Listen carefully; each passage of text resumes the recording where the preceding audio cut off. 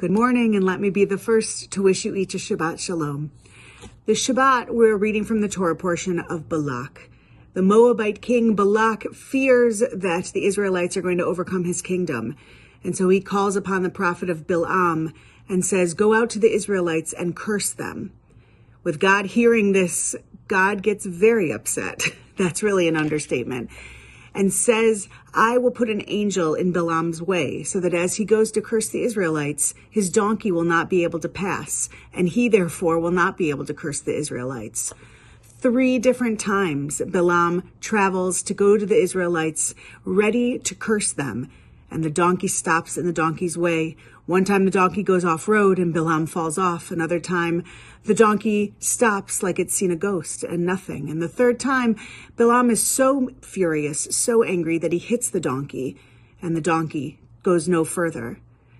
In this message, what we learn is that God can put things in our way, even good things in our way, especially when we are doing something that God's not pleased with. In this example, the donkey could see the angel that God had placed in the path and didn't allow Bilam to continue. But Bilam, not seeing that God was standing in his way, he not only didn't see and couldn't see, he punished the donkey that did see.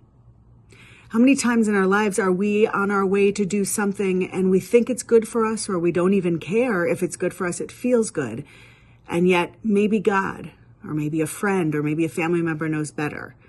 How many times in our lives do we approach a situation thinking we've got the answers and we know exactly what to do, when in the long term, when in memory and in hindsight, do we realize we actually had no idea? So I pray for us this Shabbat that we look at every window, every opportunity, every experience as a chance not only to see a mirror of what we already know we're doing in this world, but to actually see pane glass in front of us so we can look through, observe others, watch and learn from the teachers around us, sometimes hidden, like God hid this angel in the path. There are wonderful lessons that are surrounding us. Sometimes we have to be available to see them. Sometimes we actually have to be aware that they're there.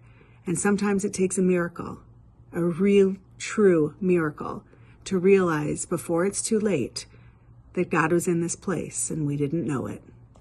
I look forward to seeing you all this evening as we have our jamming Jews and as we come together in joyful music this Shabbat and always. Take good care.